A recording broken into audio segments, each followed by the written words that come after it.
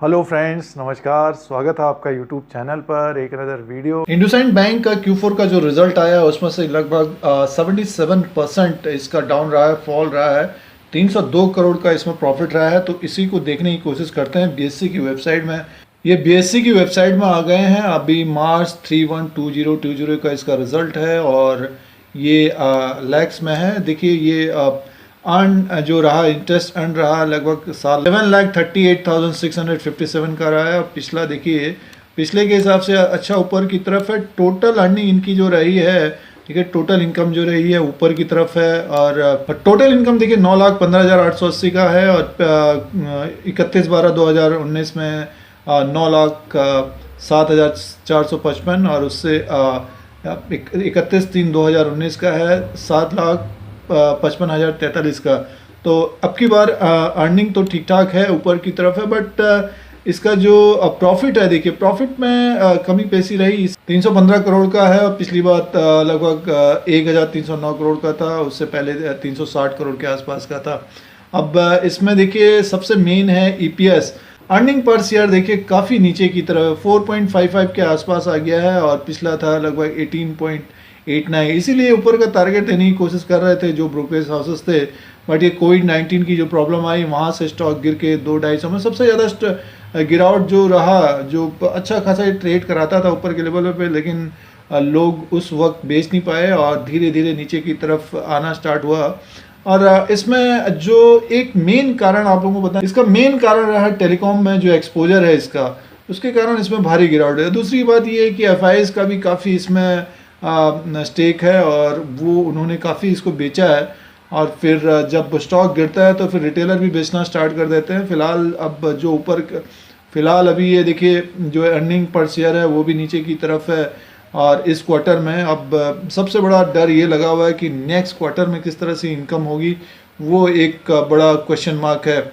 अब देखिए gross NPAs भी लगभग देखिए बढ़ के आए हैं और वही न्यूज़ में आपको दिख रहा है। देखिए काफ़ी बढ़ गया है ग्रॉस एनपीएज। नेट एनपीएज में कमी पेशी आई है पिछले क्वार्टर के हिसाब से। देखिए अब 2.45 है, पिछली बार था 2.18 और 2.10, यानी मीन्स बढ़ोतरी रही है ग्रॉस एनपीएज में। और नेट एनपीएज में कमी पेशी रही 0.91, 1.05 पिछली बार था और 1.21 उससे पहले का था। तो ये एक तरह से आप जो इंडसइंड बैंक का रिजल्ट एक तरह से मिक्स टाइप का है। बट स्टॉक 500 से ऊपर की तरफ जाने की कोशिश नहीं कर रहा है और ये रीज़न रहा है कोविड-19 बंदी के कारण इसमें भारी गिरावट है। फाइनेंशियल स्टॉक स्पेशली जो फाइनेंशियल स्टॉक्स हैं, बैंक स्टॉक्स हैं, उनमें भारी कमजोरी है और इंडसइंड बैंक भी काफ़ी गिरा हुआ है। तो ये Q4 का जो रिजल्ट था वो बीएससी की वेबसाइट में आप लोगों को दिखाने की कोशिश थी और इसका जो शेयर होल्डिंग है वो भी दिखाने की कोशिश करते हैं। इंडसइंड बैंक में जो प्रमोटर की होल्डिंग रही है उसमें 14.38 है अभी दिसंबर 19 तक। और पब्लिक के पास लगभग 85 के आसपास, 86 मान के चलिए। और एफआई के पास लगभग 55% है। और म्यूचुअल फंड 11 पॉइंट के आसपास 10.86% है। इंश्योरेंस के पास 3.20 है। और इंडसइंड बैंक में काफ़ी बिकवाली रही है। उसका कारण ये रहा है कि जो टेलीकॉम सेक्टर में इनका काफ़ी एक्सपोजर है और इसी की वजह से उसमें गिरावट आ रही है। और सबसे ज़्यादा जो गिरावट रही है इंडसइंड बैंक में रही है और लगातार ये नीचे की तरफ है। और एमएसीडी में देखिए बेरिश में है और आरएसआई में बुलिश में है और मंथली में नो ट्रेंड में है।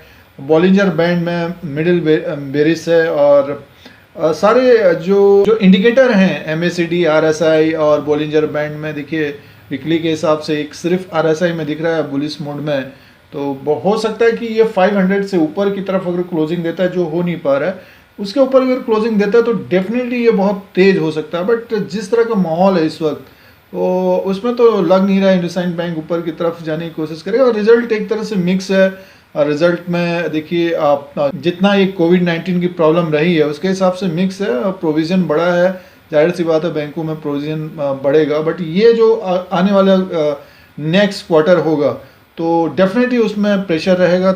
अगर आपने अभी तक चैनल को सब्सक्राइब नहीं किया तो सब्सक्राइब कर सकते हैं, जिससे आपको स्टॉक मार्केट का न्यूज़, एनालिसिस, रिजल्ट सारा कुछ लेटेस्ट देने की कोशिश करते हैं और YouTube की तरफ से आपको नोटिफिकेशन मिलता है और लाइक का बटन जरूर दबा दिया करिए। ये इंडसइंड बैंक का जो चार्ट है उस पर आ गए हैं और मंथली चार्ट है, ये देखिए लगातार ये ऊपर के लेवल से गिरता हुआ नीचे की तरफ आया लगभग 230 तक और अब थोड़ा सा ऊपर की तरफ जाने की कोशिश कर रहा है, 408 के आसपास है। रिजल्ट भी आ गया, रिजल्ट एक तरह से मिक्स है।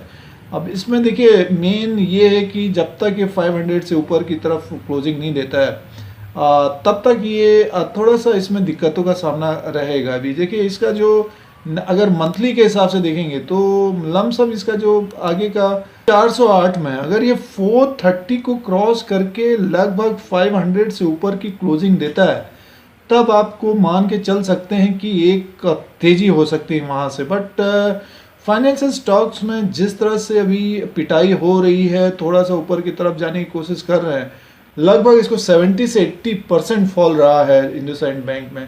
तो फिलहाल तो जब तक ये 500 से ऊपर की तरफ क्लोजिंग नहीं देता है तो आप मान के चलिए इसमें एक तेज़ी नहीं आएगी। और अगर 500 से ऊपर लगभग 530 से ऊपर अगर अच्छा खासा हफ्ते भर या 15 दिन तक क्लोजिंग देता है तब मान के चलिए एक तेज़ लगभग 700 से 900 तक ये जाने की कोशिश कर सकता है। बट ये है कि निफ्टी, बैंक निफ्टी भी ऊपर की तरफ होना चाहिए या कोई ऐसी न्यूज़ जो टेलीकॉम सेक्टर से कोई न्यूज़ आ जाए तभी ये स्टॉक ऊपर की तरफ जाता हुआ दिख सकता है। फिलहाल जो रिजल्ट है उसके हिसाब से तो ऐसा लग रहा है कि अभी मुश्किल ही लग रहा है। बट ये है कि जिस तरह से गिरावट रही है और ये टेलीकॉम सेक्टर की वजह से इसमें प्रॉब्लम थी। अब ये है कि लगभग 400 के आसपास आया एक तरह से ये आप गिरावट के बाद बहुत सारे रिटेलर्स इसमें फंस गए। अब देखने वाली बात है कि आने वाले दिनों में लगभग जब ये कोविड-19 की प्रॉब्लम ख़त्म होगी तभी ये ऊपर की तरफ जाता हुआ दिख सकता है। फिलहाल ये मंथली के हिसाब से तो लगभग 500 के ऊपर अगर क्लोजिंग देता है तभी ये ऊपर की तरफ जाने की कोशिश, लगभग 621 तक जाने की कोशिश कर सकता है। उसके बाद फिर एक तेज़ी जो है पकड़ सकता है। और जो इसमें ट्रेड कर रहे हैं, सपोज आप ट्रेड कर रहे हैं तो लमसम जैसे 400 में है तो 370 और 360 का एक स्टॉप लॉस लगाने की कोशिश करिए। अगर उससे नीचे की तरफ कारोबार करेगा तो बहुत तेज़ी से नीचे की तरफ आ सकता है। तो अभी जितने भी इंडिकेटर हैं इसके सारे बेयरिश मोड में हैं और आने वाले दिनों में अब देखना पड़ेगा कि अब किस तरह से बैंकिंग स्टॉक्स में तेज़ी होती है तो उसी के अनुसार कारोबार कर सकते हैं।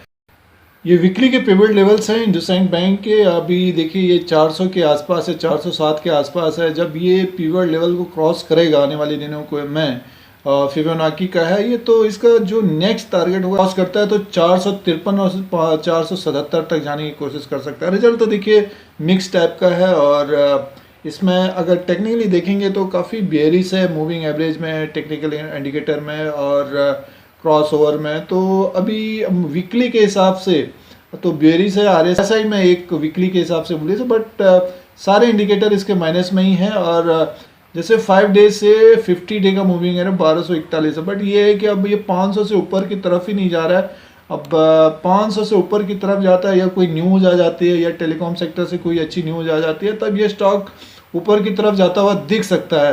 बट ये है कि अभी तो ऐसा लग रहा है कि फाइनेंशियल स्टॉक्स में काफ़ी गिरावट हो सकती है और जो ये तेज़ी हो रही है तो उसमें अगर कोई इसमें तेज़ी आ जाती है लगभग 453 और 477 को क्रॉस करता है तो डेफिनेटली ये 515 तक जाने की कोशिश कर सकता है।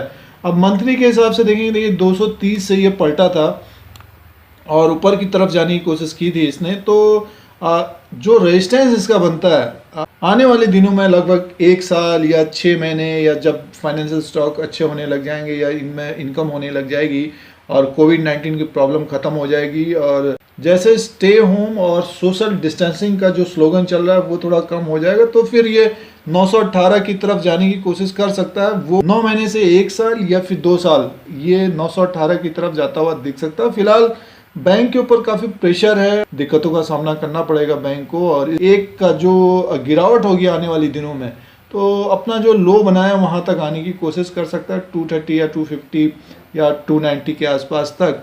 और फिर उसके बाद जो मार्केट बढ़ेगी तो अच्छा खासा गेन हो सकता है। तो ये आप लोगों को वीकली और मंथली और डेली के हिसाब से पिवट लेवल्स दिखाने की कोशिश है। अभी ऊपर की तरफ अगर जाता है तो कुछ डिसीजन लेने की कोशिश करनी चाहिए इसमें। अगर आपको ये YouTube channel India Dheeraj Singh देखना है तो सब्सक्राइब और बेल आइकन को प्रेस करिए। आप लोगों को इसी तरह से इंडिया का जो शेयर मार्केट है, स्टॉक मार्केट है, फाइनेंशियल मार्केट है, उसका अपडेट, एनालिसिस, न्यूज़ सारा कुछ लेटेस्ट देने की कोशिश करते हैं और अलर्ट करने की कोशिश करते हैं। फिर कोई नया वीडियो लेके आएंगे। आज के लिए इतना ही, धन्यवाद।